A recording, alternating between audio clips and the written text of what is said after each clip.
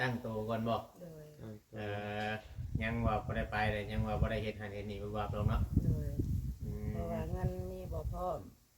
แต่ว่าขอให้ได้ออกจากบ้านนี้ อืม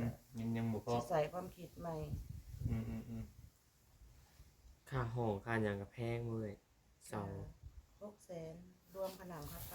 ต่อเดือนบ่ต่อเดือน เดือนละ600,000เลยเนาะ ถ้ามีตู้เย็นก็ เดือนละพันนะว่าง่ายๆครับ ฮัลโหลโหลดนะแล้วจังโมงประมาณ3 โมงโอ้ โอ้3 โมงแดง 3 โมงแรงผู้บ่ เออ ตอนนี้ เอา เพิ่น เพื่อไว้ เฮ็ดอยู่ เอาเพื่อ ไว้แล้วก็ เจ็บเฮีย เอา มือ เพื่อ ขาด เอา เด้ เพื่อ เราว่าเพื่อไว้ อันนี้ให้ข่อยเอาเครื่องไปก่อนบ่บ่สิไปส่งเพิ่นว่าเพิ่นถามว่าให้ท่าด้วยแนวใดสิใส่รถเสลิงไปบ่ อย่าลืมกดติดตามเพื่อเป็นกำลังใจให้ผมด้วยนะครับทุกคนขอบคุณมากๆครับ โอ้ยพี่น้องหอดมือหอดวันนัดมาเตรียมกะเกียมเตรียมข้าวของไปเก็บเครื่องเก็บของแล้วเตรียมพร้อมปลูกเป็นกระสอบโอ้ยเราเก็บแล้วเบิดแล้วเนาะนี่ก็หลายสอบอยู่เด้อพี่น้องเอ้ยเป็นก็หม้อแห้งแต่กระโปะกระมังกระซามโอ้หักบัวท่านเห็นคนเนาะโอ้เขียดแล้วซื้อมาว่านี่แล้วจานเกลือมาแล้ว เอามาให้มาเลย มันตายเบิดเด้มันตายแดด อื มันไก่มาวานอ้าวเราอยู่บ่นี่หรือไป ไปบ่ไปดิแช่เล่นคุณไปจ้ะ ช่างจ้อยตัวบอกว่าอันเมียอยู่เฮือนนะ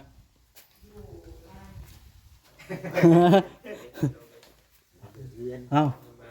โอ้เครื่องของ โอ้หลายเติบ เตรียมเรียบร้อยแล้วเนาะพี่น้องเอ้ยเสื้อผ้า นะ หม้อหวดหม้อ เอ้า หม้อแห้งแตกกระโปะ พอแพทย์มาบ่มื้อนี้ ทักทายสบายดีเด้อเนาะบอสว่านะตกใจแท้ ใช่เนาะเว้ยมดอยู่บ่ คือได้ยินเสียงเราอยู่ คือได้ยินเสียงอยู่อันนี้ ไปอยู่ในจังหน่อยแล้วออกมา จังหน่อยเราออกมาเรากำลังอันตั้งรักก่อน แน่ เนาะเราตั้งรักก่อนตัวกระต๊อบเพิ่นมากไงยังอะน่ะบ่เวียงพากรถก่อนน่ะต๊อบเพิ่นมากไงยังอะน่ะ สิมีแนวไปเฮ็ดเนาะ บ่จ้อยชาแนลบ่มาง แม่ ไปนั่งอยู่ โอ้ล้มมาดีมื้อนี้ก็ ลม วานนี่ก็ล้มอันนี้ก็ล้มเนาะลมพัดวีวีบ่ เนี่ยครับโอ้ยแอ๊ะ ขนาดละมาแบบเดียวแล้วมันยังหลาย มื้อไหนมาแล้วเริ่มตุ้ยแล้วเด้นี่ใช้เฮือนน้องอ้อบ่แพทย์ฮู้จักเขาชื่อ แม่น เก่งอีหลี เที่ยวด้วยแล้วตะกี้แถวนี้ แม่นมาอยู่เด้ตะกี้เรือนน้องเขามาถ่ายอยู่ทาง เป็นได้เบาอีหลีอยู่ไสเดี๋ยวนี้ ยักแล้ว อยู่กับเบาไป แม่นบ่ ถ่ายอยู่ไส เงี้ยว อืม เงี้ยว มานั่งชาดก่อนเด้เอ้ยหมดออกมาแล้วนี่พี่น้องเกี่ยมเก็บออกมาเบิดแล้วบ่เครื่องอยู่ในนี่ โอ้ มองเข้ามาได้เลยลูก อย่ามัน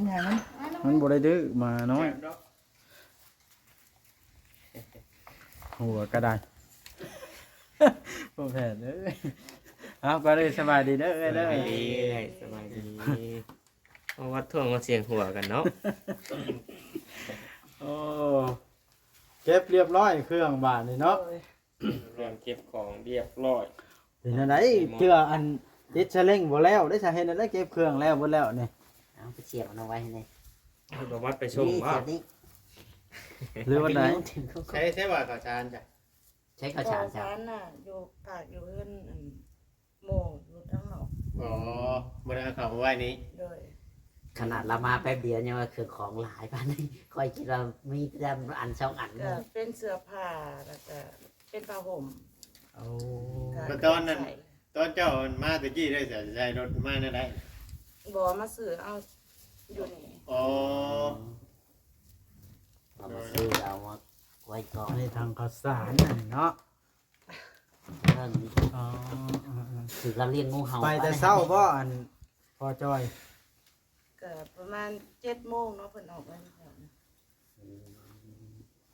ประมาณ7 โมง เลย เอาแต่ใส่อีหลีอันนี้เนาะ ยังบ่แล้ว บ่อนสิไปอยู่น่ะอันบ่อนห้องพักน้องเมฆบ่ใกล้กันบ่ฮู้บ่น้องเมฆ บ่ บ่ฮู้จ้ะ เราบ่ ข ฮู้ องผักของเอ้ยพร ของเอ้ยพ ข้าง ร ปั๊มน้ำมันเยอะสายเนาะตรงขามบ่ บ่อยู่หลังตลาดสี่แยกหลังตลาดกะซอยที่บอกที่ไปถ่ายเมื่อวาน หลังตลาด จากบ่บ่บ่ นั่นแหละของห บ่ อด ต้องถามตู้เวียง มันหลายได้เฮากับบ่นั่นคือกันนะ มันหลายปั๊มเนาะ มันหลายได้ของผักเท่านั้น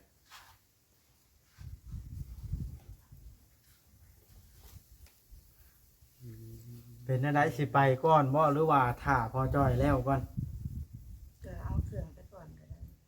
เราต้องโทรถามพอจ้อยก่อนได้เนาะ ถ้าว่าบ่าวมีเวียกต่อเอาของไปส่งก็ได้ เอาของไปส่งแล้วเจ้าก็ไปพร้อมได้ เลย แบบนี้นะ เพราะว่าบ่ได้บ่ได้เนาะ เครื่องของเนาะ ถึงแล้วบ่ไป ให้สิ รู้ แจ็ค จัก เนาะ มอง ให้ ว่า สิ ฉัน แจ็คบ่จักเลย แต่บ่ได้เป็นหัวได้เนาะถึงแล้วบ่ไปบ่ได้จักมอง บ่ แล้ว จักแท้แล้ว นั่นแหละจะบอกให้เรา หรือว่าไปอันพอจอยก่อนบ่ พอ แปล จ้ ว่า อย เพิ่นสิแล้วเดี๋ยวบ่หั่นนะโทรถามเบิ่งก่อนหั่นนะ คุยเบิ่งกับพอจ้อยก่อน แม่ พอจ้อยเว้าว่าถ้าไปพร้อมกันนะสัญญาณมันค้ำเนาะ อ๋อ เพื่อนะ จะซั่นบ่ เทื่ หรือว่าเอาตัวนี้ไปก่อนแล้วพอจอยแล้วตัวนั้นน่ะขี่รถตามหลังบ่ ที่เราตามหลังไปมันจะง่าย อ๋อ มันบ่ได้แล้วมันบ่ได้เบิดได้เที่ยวเดียวซาเล้งข้าวสารกระซองชอบละเครื่องหมดหลายๆนี่เนาะ แม่น เรือไอ้หมดคิดว่าในใด ก็แล้วแต่ที่บ่าวมาซอย เพื่อความสะดวกเนาะ ๆแล้วแต่บ่บอสเนาะ เพราะว่าถ้าอยู่พุ่นกับถ้าอยู่เพื่อน ก็ บ่ได้ต่างกันปานใด บ่ เนาะ ต่างกันเฮาไปถ่ายอยู่หอพักเพราะว่าพอจอยก็ฮู้จักหอพักแล้วเนาะ โดย ในใดก็สินอนอยู่พุ่นแล้วแมลงเนาะ ก็คือเพิ่นไปเฮ็ดนี่ไปเฮ็ดซาเล้งบ่ โดย หากสิไปมื้อเช้านี้ โดย แต่สิแล้วอยู่บ่ซะเอ่ยมื้อนี้ ก็เพิ่นนัดคือเมื่อวานนี่คือเพิ่นบอกก็ว่าประมาณบ่ายโมง เอาโทรศัพท์บ่าวจ้อยชาแนลนี่ให้โทรหาให้เราคุยกับผัวเราเบิ่ง แม่น เอาให้ ถ่า บ่าวย จ้อย คลิปให้มันเร็วก่อนดี๋ยว เอาอยากเบิ่งตอนท้ายหันเนาะ แม่นก็โดนเติบได้เปิดสิเฮ็ดซาเล้งแล้วเนาะเปิดสิเฮ็ดรถพ่วงแล้วพี่น้องเอ้ย ก็ถ่ายมาแล้วกันยังถามเอาให้เขาไป เอาจักหน่อยจังโทรซะเนาะจักหน่อยจังโทรหากันพอจอยเพิ่น ถามพ่อแพทย์ เอ้าโป๊ะเบิดบานพี่น้องเอ้ย กินข้าวแล้วเปล่าวันนี้นะ กินแล้ว กินกับหยังอะ กินข้าวต้มไข่ เออกินข้าวต้มไข่ โดย จังอันพอจอยเพิ่นก็กินข้าวแล้วก็จังได้ไปบ่ โดย แล้วไปอยู่พุ่นไปเช่าห้องเช่าหยังเลยวางแผนกันไว้แนวใดนะ ก็วางแผนกันไว้ว่าสิค้าขายเนาะ อ๋อ แต่มีทุนมีกำไรอิหยังสิ หาค่าขาย โดย ใส่ชะเล่งบ่ โดย อืม ก็ได้ยิน FC ว่าให้เราขายกับข้าวหลายคนเด้ ขายกับข้าว ขายกับข้าวขายไปฉันไว้ว่าของกินเนี่ยนะบ่ฮู้ว่ามันเป็นหยังในของกินมันหลายอย่าง โรงงานก็หลายเด้เท่านั้นเนาะ โดย โรงงานกล้องบ่โรงงานเท่านั้นครับไปขายตามโรงงานอีหยังหั้นนะเพิ่นก็ แต่ว่า น่า มัน สิ ยัง ได้ สิ ขา ได้ ย เขาว่า แต่ นะ การขาดฟังไว้ก็ฟันไว้ก็ว่าสิขายกับข้าวเนาะ อืม เพราะว่าผู้ใหญ่เพิ่นพร้อมหลายคน อืม เจ็บคอขออภัยนำนะก็แห้ง โดยก็บ่ค่อยหลังปานใดเนาะ โดย FC ก็ว่าขายกับข้าวเด้อขายเอื้อนหมดเลยเพิ่นขายกับ ขาย ข้าว กับ กับ ข้าว น้ำ สิ ขาย ประเภทขนม แกงประเภทนั้น ขน นี่ ม แน่ ต้ น ม อน ไป เนาะ หลายๆอย่าง โดย อืม ซาเพิ่นเว้าดอกเฮาก็บ่ฮู้คือกัน ลองไปก่อนเรื่อยๆเนาะเพราะว่านั่นเฮาคอยเสริมไปเรื่อยๆนะพี่น้องเอ้ย หาเพิ่มไปเนาะ แม่นเพิ่มไปเรื่อยๆขายเครื่องขายของเอาสำงบสำทุนเขามีก่อน อย่างน้อยก็มีห้องอยู่ก็คิดหาทางใหม่เนาะแบบว่ามันยังบ่มีทุนเฮ็ดหยังก็ ยังตอบบ่ได้เนาะ เออ ไปบนพักบนเช้าแล้วค่อยว่ากันไปเนาะ โดยคือว่าออกจากนี้แล้วก็คือมีบนอยู่ผัดพิงแล้วก็ค่อยๆหาใหม่ว่างานอิหยังพอเฮ็ดอิหยังก็เฮ็ดไปก่อนจังซี่ โดย เพราะมันจำเป็นแล้วนะ โดยแม่นบ่พ่อบอส แม่น ทางบ่บอสคิดว่าจะได้ แม่ไปเอ้ยเพิ่นตัดสินใจแล้วค่อยไปบ่จักแนว นะพันตัดสินใจขายกับข้าวก็เนาะค่อย ถ้า สิ ยัง มี บ่ เงินมีทุนแล้วก็ค่อยว่าอีกวางแผนอีกทีนึง โดย ว่าสิเห็นหยัง ถ้า ต่อ ยังบ่มีก็มีใช้จ่ายอิหยังก็ไปก่อน อืม แต่ว่าถ้ามีบนอยู่แล้วสบายใจแบบหนึง มีมันอยู่บนเช้าแล้วก็สบายใจไปอีกอย่างเฮาก็บ่อันนั้นมีแต่ว่าตื่นมาเฮาก็ไปหาเฮ็ดเวียกเฮ็ดงานเนาะแต่ว่านั่นก็ได้ขายกับกุ้งกับข้าวไปก็ว่าไปพี่น้องเอ้ย ยู่นี่ก็อยู่ได้แต่ห่างกายเนาะจิตใจมันบ่พร้อมมันก็อยู่บ่ม่วนอยู่แล้วบ่มีความสุขสิ่งที่เฮาฝันไว้มันก็แตกสลายก็มีเนาะในใจ มันหมดเลยเนาะ โดย ความหวังมันละลายไปไป ตอนนี้บ่ง่ายๆว่าเข้าไปเช่าห้องคุณน่ะไปตั้งโตวก่อนบ่ โดย ยังว่าบ่ได้ไปเลยยังว่าบ่ได้เฮ็ดหันเฮ็ดนี่บ่ว่าลงเนาะ โดย อื เพราะ ม ว่าเงินมีบ่พร้อม แต่ว่าขอให้ได้ออกจากบ้านนี้ อืมยังบ่พอ สิใส่ความคิดใหม่ อืม ค่าห้องค่าหยังก็แพงมื้อเลยเสา 600,000รวมขนมค่าไฟ ต่อเดือนบ่ ต่อเดือน เดือนละ600,000เลยเนาะ ถ้ามีตู้เย็นก็ เดือนละพันนะว่าง่ายๆครับ แม่เดือนละ เพิ่น 1,000 บาท สิคิดค่าไฟต่างหากถ้าหามีตู้เย็น อืม ถ้าบ่มีก็รวมอยู่ในหัน โดย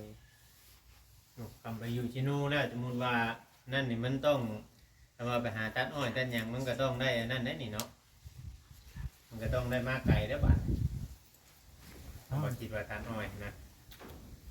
กะยาแล้วเนาะอ่า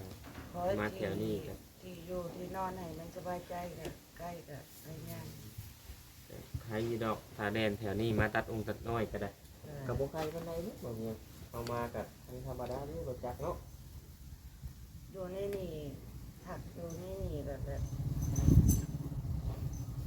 พื่อมันบ่มีความสุขเนาะ เด้อ เหนื่อยงานแน่เหนื่อยในใจความคิดแน่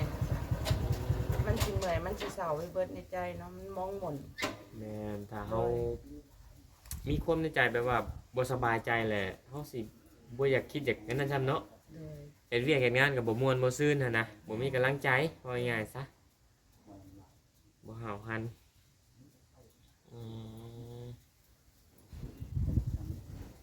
แล้วสู้ๆได้จะได้เนาะบ่ว่าเนาะ แม่ บ่ว่าบ่เว้าหยังบ่นี่บ่ความคิดเห็นได้บ่ ก็ให้มาเวียงสัมภาษณ์ก่อน อ๋อ ถามเพิ่น เอ้า ว่า เรียกโทรศัพท์เข้าไป เอ้าไผมานะ สบายดีทุกทุกวัดไปเตรียมสัมภาระสิไปทางนี้นี่พวกตายแล้วนี่ยืนตุ้ม ถ้า น้ำ ไป กัน ตายจากหัวแล้วเนาะใช้ตู้โอนะ มาตำหลักขับแก้วพอทุกกับว่าที่มาบ้านน้องทุกส่วนตัวหาปล่อยปกติก็ต้องหาว่าเวียง อ่ะเป็นได้บ่จ้อยบ่โทรถามมันพ่อจ้อยเพิ่นบ่ เอามาโทรศัพท์นี่โทรนี่ อ่า เดี๋ยวก่อนถ่ายมันแล้วพี่ เนาะแปลว่ายันว่ายังโดนกะหรือว่าสิไปส่งก่อนหรือว่าจะได้หั่นนะยัน ค่อ ว่าย จะรู้จักแบบนั้นแหละเนาะค่อยแบบนี้ อันนี้บ่ต่ออันคือว่านั่นนี่อยากไปก่อนบ่เจ้าน่ะคือว่าแนวใดไปก่อนเอาบ่ เดี๋ยวว่าถาม ก็คันท่าก็ได้แต่ว่าคันแต่อิงตามแต่บ่าวบดผู้ที่ว่า ผู้เพิ่นสิพาไปเนาะ โดยแต่ว่าคันมีเวียกก็ไปส่งก่อนก็ได้ ถ้าว่าบ่มีเวียก แล้ว มีอยู่ กลับมาใหม่อีหยังจังนี้ก็ได้เพราะว่าแล้วแต่อิงตามแต่บ่าวบดไปส่ง เอา เนาะ เครื่องของ เพราะว่า ไปก่น ค่อยสิ ไปเนาะ เว้าแบบนี้คันว่าแนวใดก็สิไปมานี่อยู่แล้วนะ ไปก่อนเลยแล้ว เลย เพราะว่าคันสิท่ากันนี่ค่อยก็พาไปเฮ็ดแนวอื่นหันนะ อ่า ไปส่งแล้วล่ะแม่น อยู่ห้องอยู่หยังท้า แม่นเพราะว่าพ่อจ้อยก็สิตามไปอยู่แล้วได้ยามใดก็ได้แล้วเราขี่ตามไปเราหูจักอยู่ห้องเนาะ เลย แม่น อยู่หั่นก็บ่ได้เปรี้ยวหรอวะบ่เป็นตาย่านปานใดก็เนาะ แม่นก็ดีคือกันได้เนาะ แม่น ก็มีเหตุผลก็ถือว่านั่นคือการพี่น้องเอ้ย สบาย ถามพ่อจ้อย สบาดี กะ ทุกคน ไป สบายดี สบายดี เด้อทางนั้นสบายดีเฮ็ดบ่ อ้าวสบายดี นั่งนั่นหยังอันนี้นะตกลงกันได้บ่ในนี้ รู้กันเรื่องได้ เอาสิไปทางไหนคือว่าเห็นกระสอบขึ้นหลายตั้งศาลาอยู่เนี่ย สร้างเงินหอใหม่ สิไปอันสร้างขึ้นหอใหม่ เลย อ้าวพี่น้องเอ้ยเป็นจังไดซะสลอกสะเล่งน่ะฮอดใส่แล้วไปหมด ยังบ่ได้ พอจอยยังไป ได้ เฮ็ด ไปครับนั่นอยู่เพิ่งเติบอยู่ตามโทรหาเราหน่อยว่ายังเพิ่งเติบ บ่จ้อยโทร ได้ บ่ สาม โทร โมง เนาะ เนาะ มาจอยยังถ่ายคลิปอยู่จะหน่อยเราโทรเนาะ โทรตอนนี้แหละ เอามาให้ได้หมดได้โทรนะ ให้หมดคุย เออ มาจอยกำลังโทร เพิ่นว่าเรา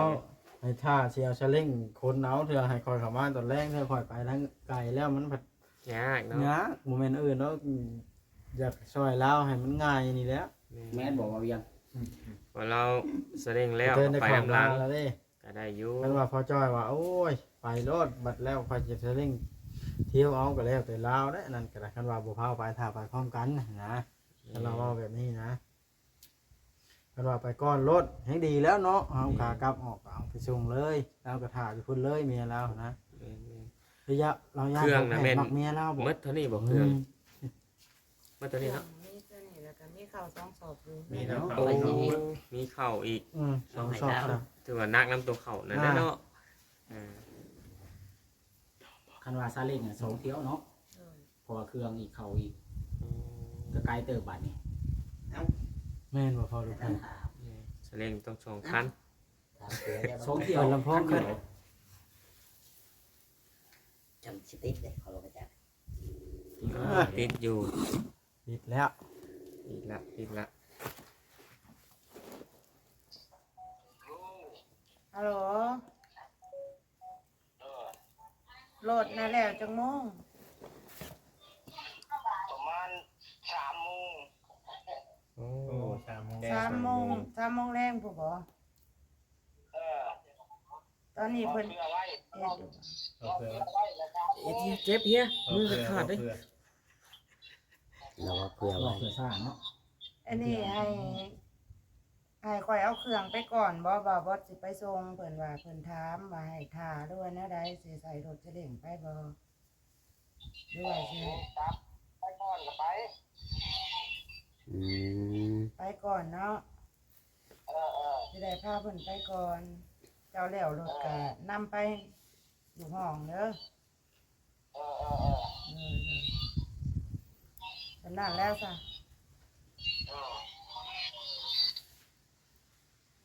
โอ้เราตกลงว่าไปกองรถเนาะ เพราะว่ามันบ่แน่นอนเนาะ อืมมา มี ที่ เอาไปมีเอาไป บางเทื่อมีลูกค้าเข้ามาแบบฉุกเฉินแน่ ว่า เพิ่นก็เลยว่า3 โมงเนาะ ว่า3 โมงอยู่บางทีอาจจะเลื่อนไป4ก็เป็นได้เนาะ แม่น 4หรือ หรือ 5ก็ ว่า ได้ ห้า นะ หกเจ็ดแปด ถ่าย เก้า คลิป ศูนย์ แล้วก็ได้ยังไปเห็นว่าได้ คันแล้ว3 โมงนี่ เพิ่นบ่ได้ยอมถอด ออกจากที่ไปฮอดพุ่นนี่เป็นชั่วโมงบ่ได้เนาะ4 โมงบ่ได้ฮอด บ้านบางนาวบ่บ่เราไปนะ เลย นี่แหละเนาะ ของน้าเหนือของน้าใต้บัดนี้ แต่เอ้ยหมดก็บ่ฮู้ จักเหนือจากไทย เลย เพราะว่าเป็นบ้านใหญ่และบ้านของน้านะ เจ้ายังบ่ได้ไปเบิ่งเทื่อๆบ่บ่นนั้น ยัง โดดจะเร่งเอาอะไรจังฮู้ซะใครบอก คือโทรติดต่อเบามานอยู่ อ๋อ มันลงเรียน มันเบามานั้นบ้านดงเงี้ยวนี่บ่ เลย อ๋อเพิ่นเคยไปติดอยู่หั่น แม่แม่ อืม ไปติดสลิงอยู่หัน อ๋อ ไป ไป ติด จิมเจ้าไปเบิ่ง เท่าไหร่ก็ไปติด 2 ล้าน 2 ล้าน บาท กีบ2 ล้าน ของร้านตีบถวน อย่าเฮ็ดมาวัดขอลงเก็บ